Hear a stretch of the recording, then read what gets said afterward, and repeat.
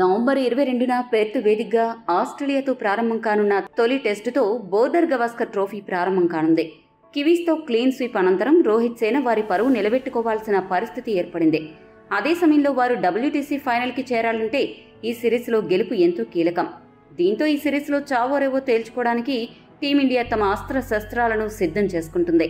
12 రోజుల ముందే ఆసీస్ గడ్డపై అడుగుపెట్టిన టీమిండియా నెట్స్లో తీవ్రంగా కసరత్తులు చేస్తోంది.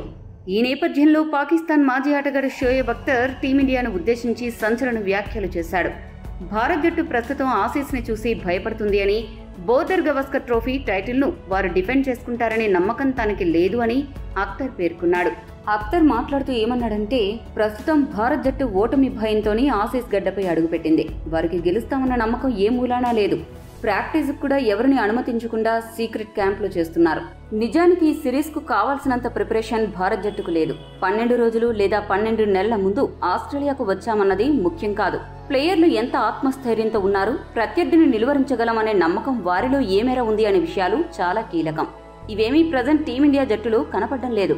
ఈ పరిస్థితుల్లో ఆసీస్ బౌలర్లను టీమిండియా బ్యాటర్లు ఎంత సమర్థవంతంగా ఎదుర్కొంటారు అనే దానిపైనే వారి విజయావకాశాలు ఆధారపడి ఉన్నాయి. ఇక సూపర్ ఫామ్ లో ఉన్న ధ్రువ్ జురేల్కు ప్లేయింగ్ 11లో తప్పక చోటివ్వాలి.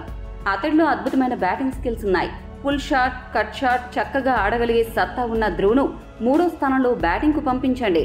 అది టీమిండియాకి మేలు చేస్తుంది అని అఖ్తర్ సలహా ఇచ్చాడు.